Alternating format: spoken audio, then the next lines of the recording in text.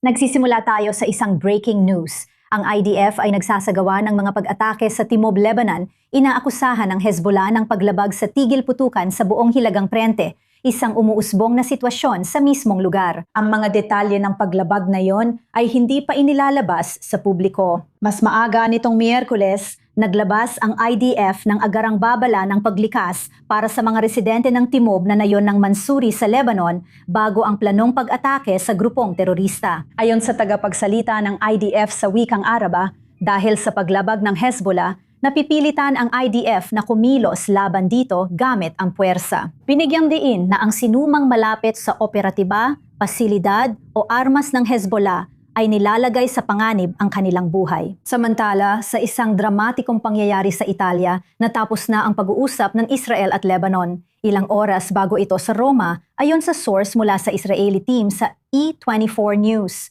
Ang embahador ng Israel sa US, si Yehiel Later, hiniling sa panig ng Amerika na itigil muna ang pag-uusap dahil sa paulit-ulit na maling paglalabas ng impormasyon ng delegasyon ng Lebanon. Nakatakdang ipagpatuloy ang mga pag-uusap sa Huwebes. Ngayon, narito sa studio si Teniente Coronel sa Reserba, Jonathan Conricus, para sa update sa mga pinakahuling kaganapan. Dating international na tagapagsalita ng IDF, Senior Fellow sa Foundation for the Defense of Democracies at ating Senior Middle East Correspondent Ariel Ozeran. Mga Gino, maraming salamat sa inyong dalawa. Jonathan, gusto kong magsimula sa iyo. May umuusbong na sitwasyon sa lugar at malinaw ang mensahe mula sa IDF. Kung lalabag ang grupong terorista na Hezbollah sa tigil putukan, mabilis ang magiging tugon. Oo, sa tingin ko, malinaw na nilabag ng Hezbollah at nagkaroon ng pag-atake. Hindi pa malinaw ang mga detalye, pero sa kasamaang palad, alam natin na may mga naging bunga ang pag-ataking yon. At ang ginagawa ngayon ng Israel ay naghahanda na o nagsimula na. Alam mo, nakapansagawa na kami ng ilang pag-atake, pero sa tingin ko kailangan nating isaalang-alang ang ilang mga bagay na nangyayari sa katimugang Lebanon at syempre kung ano ang nangyayari sa Roma. Lahat ng mga bagay na ito ay magkakaugnay at palalawakin ko pa ang saklaw ng mga nangyayari sa Lebanon at iuugnay ito sa mga nangyayari sa Iran, kaugnay ng US at Hormuz. Magkakaugnay ang mga ito mula taas hanggang baba. Masasabi kong malamang na hinihikayat ng mga Iranian ang kanilang iba't ibang mga proxy ng mga milisya sa Iraq, Houthi sa Yemen at Hezbollah sa Lebanon ay lalong nadulot ng kaguluhan at karahasan. Hindi natutuwa ang mga Iranian sa mga negosasyon at sa kasalukuyang kasunduan sa pagitan ng Israel at Lebanon. Gusto nilang guluhin at sirain iyon. Pinakamabisang paraan ay gamitin ang Hezbollah sa mismong operasyon at labagin ang kasunduan. Magdulot ng malaking epekto sa atin at pilitin ang Israel na tumugon.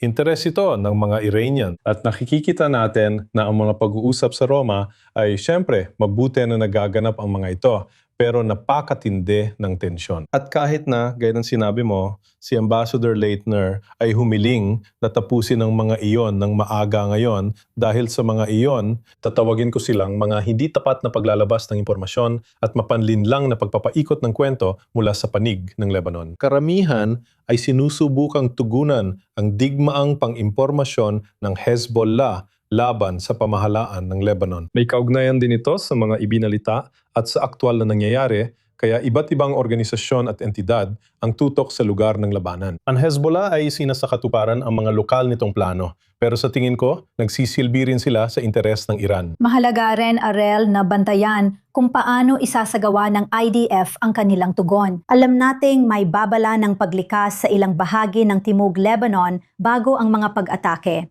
Kasabay nito, tinitingnan natin kung magdudulot ng iba pang hakbang mula sa Hezbollah ang tugon na iyon, na maaring maging lubang nakakabahala. Oo, hindi pa inanunsyo ng IDF na tapos na ang serye ng ganting atake dahil sa paglabag na ito. Ngunit mukhang limitado lang ang mga aksyon.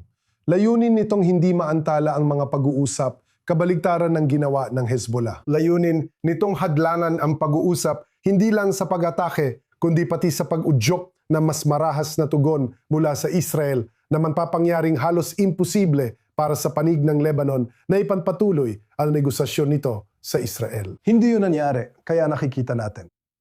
Mari natin sabihin, isang paunang pagsubok sa prosesong ito ng negosasyon. Ilang linggo na itong nangyayari at nakatakda pa itong ipanpatuloy.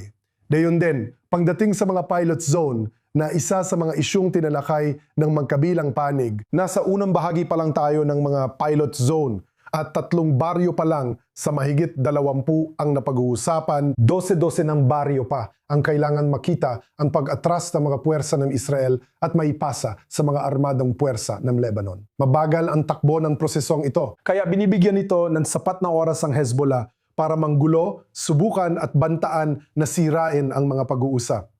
Nasa magkabilang panig ang responsibilidad na tsaking hindi ito mangyayari. Pagdating sa panig ng Lebanon sa pagbibigay ng katiyakan sa Israel na hindi na mauulit ang ganitong mga issue, hindi tulad ng inilarawan ni Jonathan na parang nakikilahok sa information warfare ng Hezbollah. Ang sinasabi nila ay hindi raw kabilang sa security zone ang bayan kung saan nangyari ang paglabag na ito. Gayong ipinapakita ng lahat ng mapa na inilabas ng IDF na ang bayan ng Mansuri ay nasa loob ng security zone na dapat ay nagbabawal sa Hezbollah na mag-operate doon.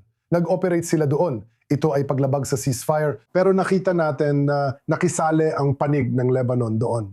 At sa panig ng Israel, ang pagsubok ay sa isang banda magpakita ng pagpipigil, pero hindi dapat hayaan ng Hezbollah na ipagpatuloy ang kanilang mga paglabag. Dahil kung ang Hezbollah ay makakuha ng lakas at maging mas, sabihin na nating, mas kumpiyansa sa kakayahan nitong magsagawa ng mga pag-atake laban sa Israel, masisira nito ang mga pag-uusap at magdudulot ng tensyon sa mahabang panahon na siyang inaasahan nating tatagal ang mga pag-uusap na ito. Na nagbubukas ng tanong, Ibig kong sabihin, malinaw na kailangang gumanti ng Israel laban sa ganitong matinding paglabag at pag-atake. Kailangang gumanti ng malaki ang Israel para hadlangan ang Hezbollah.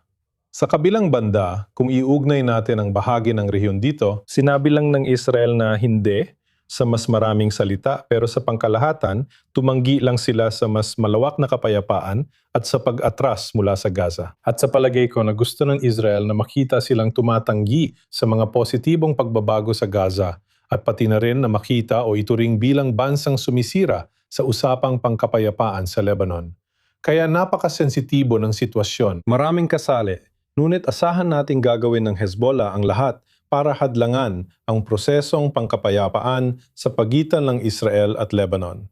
Naiistorbo at nai-stress sila rito, kaya ganito ang kilos nila dahil malaking banta ito sa kanila.